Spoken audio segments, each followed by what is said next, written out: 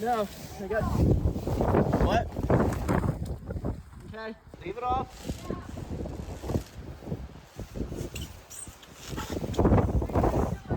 Yeah, it's blowing both ways. You gotta hold that side from going that way. I have this side.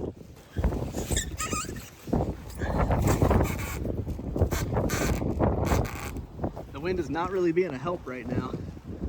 This storm's bringing some wind in. These walls are blowing over. We had to run out here and catch them before. We didn't get the braces on before the storm came in.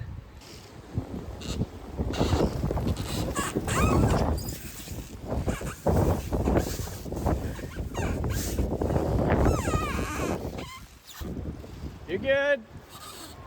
You're good. Woo, those drops are cold.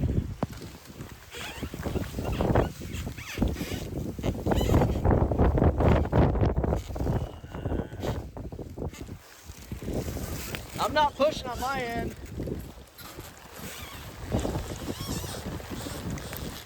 Foam and wind do not mix. Get a nice little breakage of the... Yeah, it was leaned all the way over. Oh, yeah. Almost a hole in the backside here. I mean, I exaggerate, but... Yeah. Well, what happened was since it was just like ratcheting itself down. Yeah, that's especially when it was leaning that way. You guys save it? Yeah. Yeah. We got a little time for the next one. Let's get on 2 before it's cut in half. All right. And we get these 3 breaks. So we're building these strong backs. They're just 2 2-bys. One butted up this way, the other one butted up that way. That's what's going on all the forms, is bracing up on the top of each one of those with a secondary leg down so we can put handrail across all of it so we can walk on that when we pour the walls. Exactly. Do you think she's gonna have to ask somebody, or do you think she's gonna go right to the aisle? She'll go right to the aisle. No, Yeah. most women look at the signs. But there's like Yes.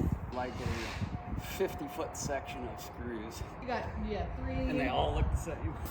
They got them in red and green and brown and gray and silver and black. Kinds to choose from. Yeah, we probably should have given her 1 screw to look at, too. Thread, fine thread, and Torque's head, and Phillips bit.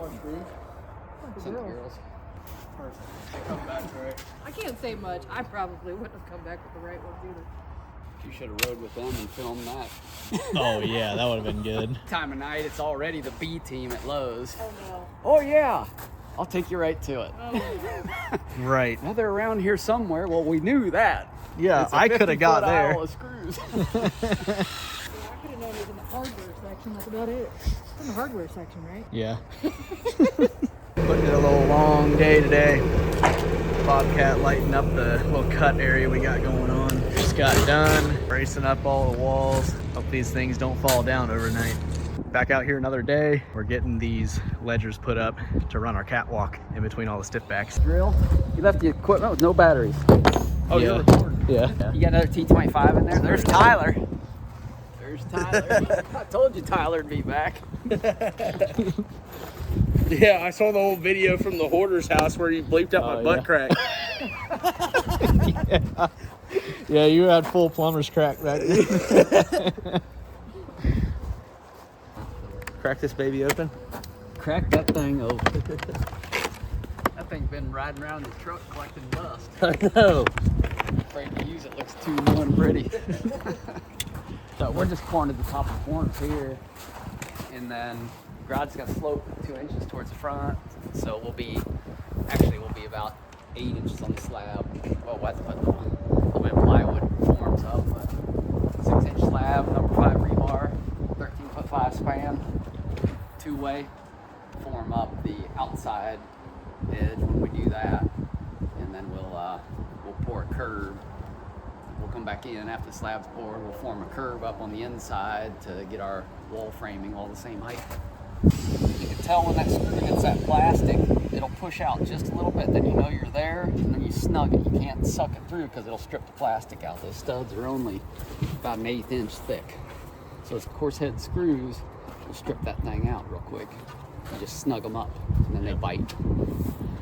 So when we're putting these on in between every stiff back here, got a 2x running so we can put our catwalk along the top of here. But since we're on a seam, you can kind of see the seam right up at the top. We have to stagger, one on top, one on bottom, one on top, one on bottom. So we're not putting in right at the seam. You won't catch anything. When you only have one battery at the job site, you gotta swap off. Whoa, get your screw man down for a little bit.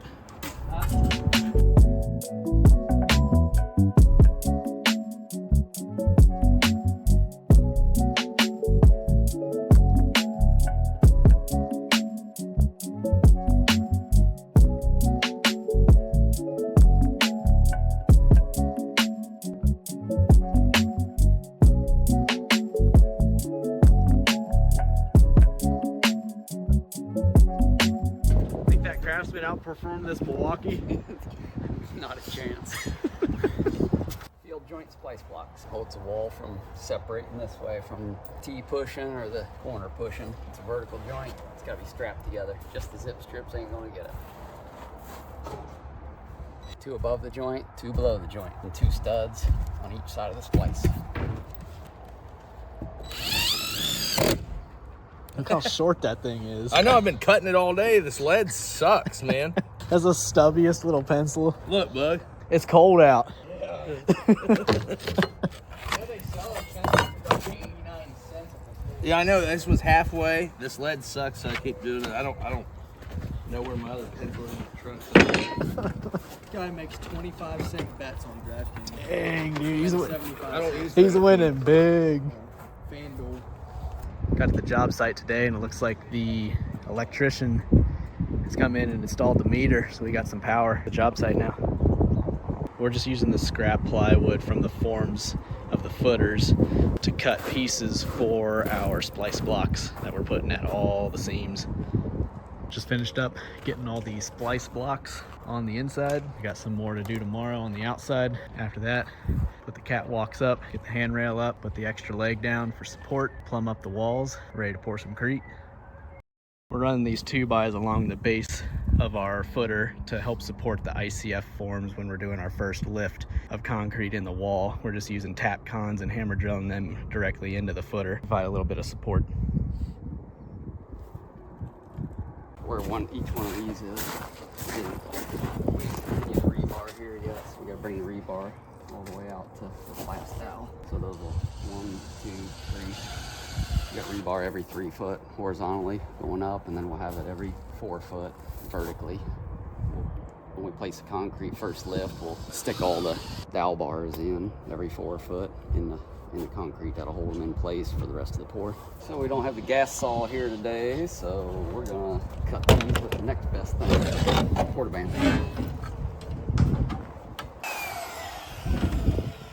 Probably quicker than the gas saw anyway. We just cut the end of the ICFs flush with the end of the garage door opening. Footers open up. 8x7 garage door. So we're getting ready to build the bulkheads and the end of the form and the header across there. Kick those bulkheads so they don't blow out, and we'll also get some legs up under the beam of the door, and then we'll put 4 number 4s up top going across this opening when we put the last of the light form. So when we put the rest of the light forms across our header, yeah, we'll do 4 number 4s to create a beam across there. These are 2x10s we ripped down to 8-inch. It's an 8-inch concrete wall. Probably could have used a 2x8 with a ripper on it, but it's all right. We use all the pieces parts on other stuff. Cut our header piece. Got another 2x10 we'll rip down to 8 inches to go across the top for our header, and then we'll slip the rest of these forms across this joint. We'll be cutting this to 8'6" because we're gonna lay on top of those bulkheads we put in, because those are at 8'3". This will be 8'6" to screw down to the top of those. These stay in after the concrete's poured. We'll run anchors through these where the concrete grabs a hold of them, and then these stay in place for the finished framing around the garage door opening. So a little trick to assist you in cutting a straight line down a long 2x like this is once you get started, actually use your finger as a fence. Grab a hold, don't get your finger in front of the blade. Grab a hold of the table on the skill saw and use your finger for a fence. It'll help you get a perfectly straight cut. Take a look at that. Your apprentice's cuts will look like this until they learn how to do that. So we're going to do this every 12 inches like you would wall ties on any other concrete forms. Most concrete pressure's from about here to here. That's where the biggest push is from the liquid head. But again, like I said in previous videos, we're going to pour it in 3-foot lifts. Let that sit for probably 40-45 minutes before we put the next lift on. You don't run your vibrator all the way back down into that previous lift. You just barely tap it when you vibrate the second lift. If you vibrate the lift below it, you liquefy all of it and creates that full pressure. You'll run these exact same height over here, and then we'll run 2x4 spreaders butted into each side, which will be our 8'3" dimension, and then that'll kick them. As the pressure's going up, those will keep each side from moving. They can't push or pull because they're going to be on resistance on these.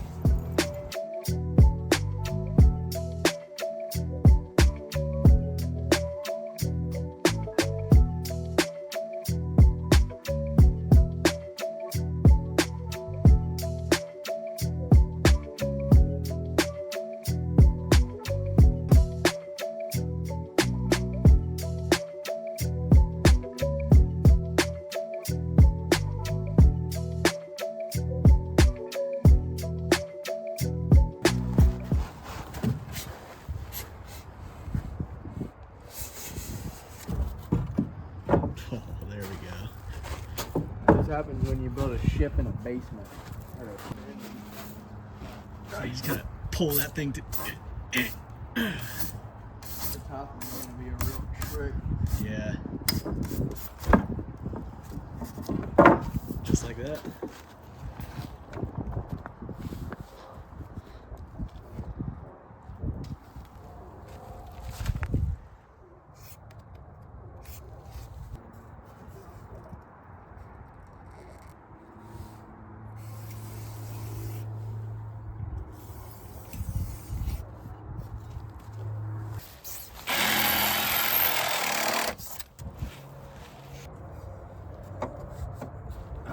It's in the way.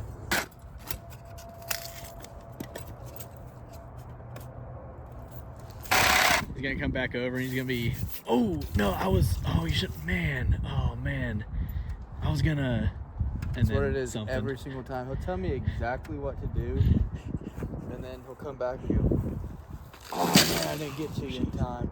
We were gonna do this. I was like, oh, okay, well, I guess we'll just take all that back apart. We were trying to get anything on these stiff backs to hold him. Look at that strap. I know. Dude, we were in a hurry. We were rushing that was through. Pure emergency mode. Yeah. No, Like I was this. standing here and I could look through the bottom corner. It was pulled from the I was over here trying to get a stiff back ready, and then that wall, and you could see through the bottom course of that block. I ran over on top of the hill. I could barely even hold the dang wall. It's throwing me around. Now, but I was saying, we got an 8-foot ladder, a 6-foot ladder right there in that room in there. And I guess I'll just stand on top of this 4-footer.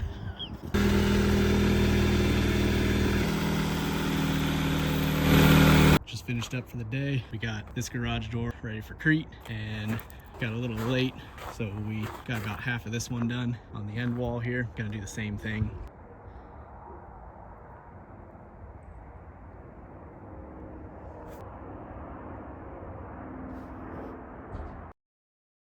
That thing sounds like it's out of battery.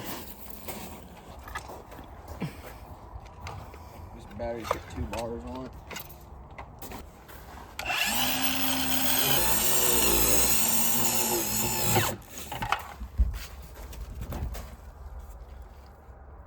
Let's snowing over here. Should have. Should have. Oh yeah, I cut through. And they don't want to come out. Yeah, you just start cutting stuff and just start cut it and Cutting punch it. Punching it like that.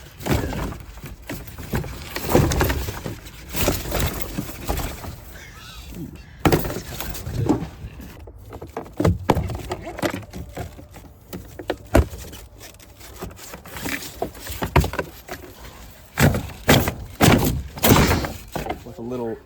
With a little bug suasion.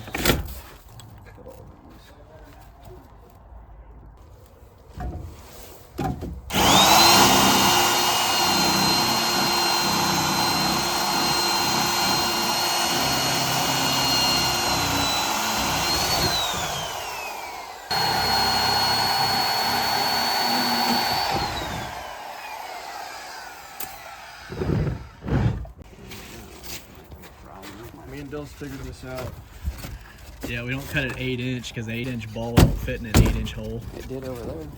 I cut these got it in there. 7/7/8. Boog ripped that one 3 times. Cutting something. I need to go to the bathroom bad.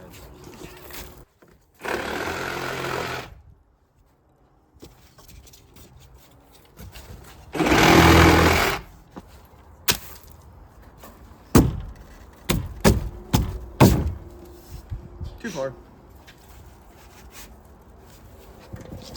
Love got me in here and love got me out.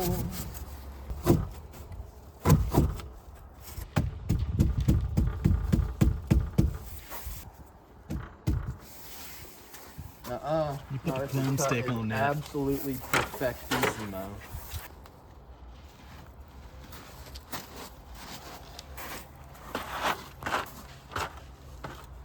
Yeah. 2x8's actually 2x8. Here's a gun with no battery in it.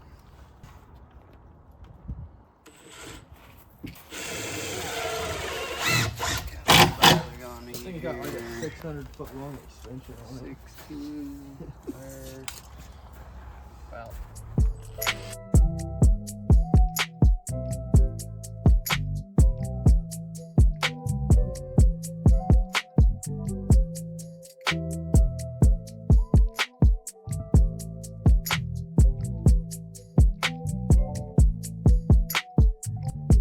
Technically, this one should be good. We shouldn't have to do anything with this. Jack, I can't get my ladder set up. That one's good. It's like a 30-second. Okay.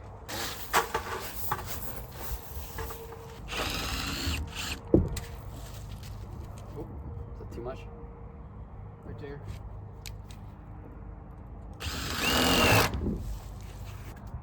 Yeah, that needs to go out a quarter.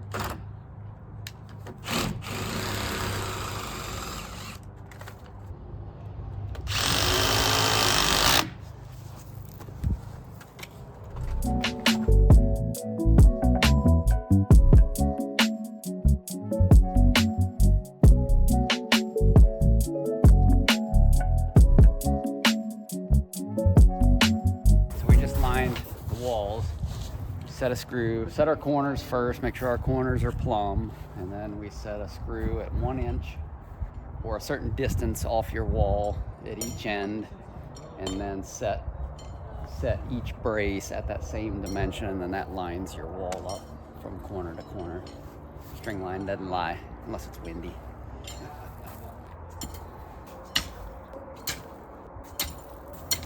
a concrete. 42? Yeah. Seems like a lot, doesn't it? 42 yards. Pump, gotta get that scheduled for next week. Ooh. Something. After we got the lines, walled, yeah, let's run with it.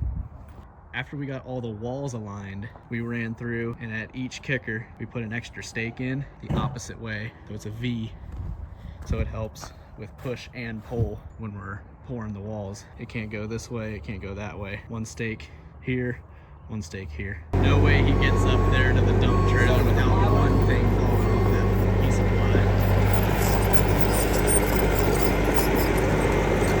Once we get the walls poured and get the slab poured on top of the garage here, we'll probably board this opening up and use it to keep materials and things in through the winter.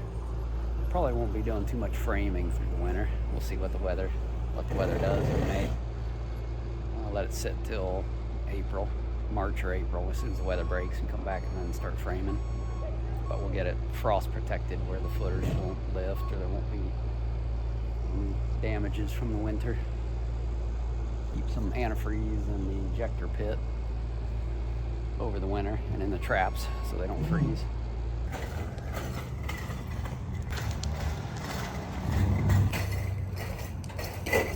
We're gonna put this there and then put that down there. Who is this, me? Yeah, you get the heated cab. It's not heated yet. You got enough flags on that thing? You can't sit in here while we do this.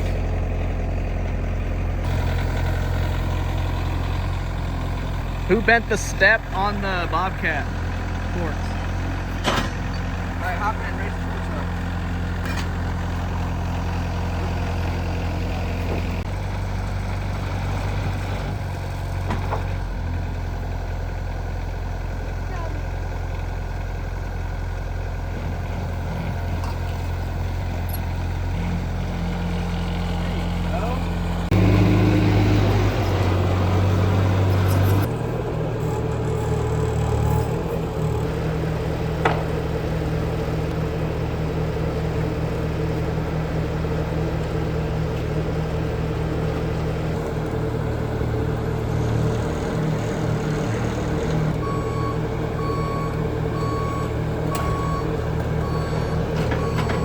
So Go nowhere. you run 2 screws into that.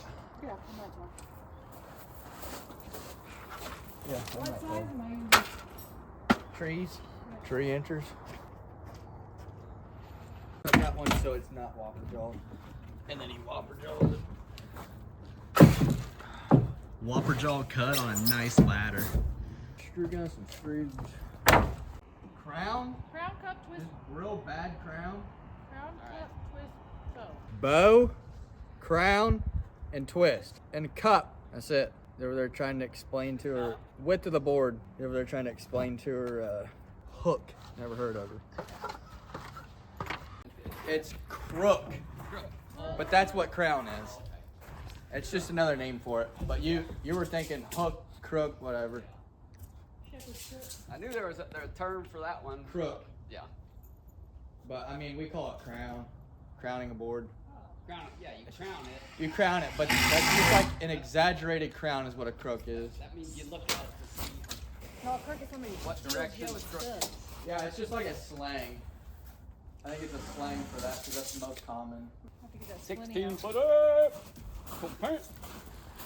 Cool sheet. back. Let's put another 10 here. Another 10. Yeah. 12.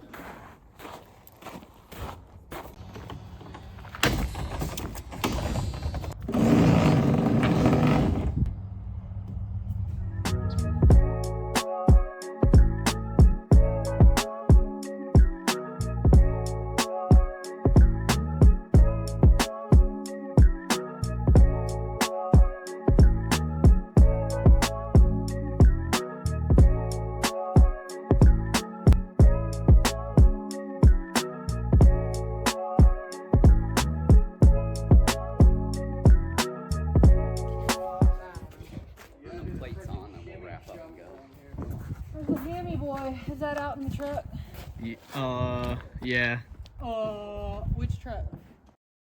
Alright, a couple reminders real quick. Make sure you don't set up 6, 8, 10 feet of wall and not have it braced overnight.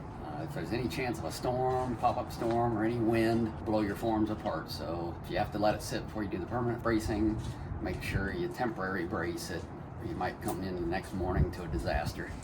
That concludes this episode of bracing, scaffold, and top whaler. We purchased our 2x10 pressure treated sill plate for the top of the wall. We use that for a temporary scaffold. That way we're not buying 2 different materials or using 2 different materials. We'll Once we wreck, we'll restack our wall plate, use it for our sill plate for our floor system. That's it for this episode. Stay tuned for pouring concrete. That's the next episode. Don't forget to subscribe.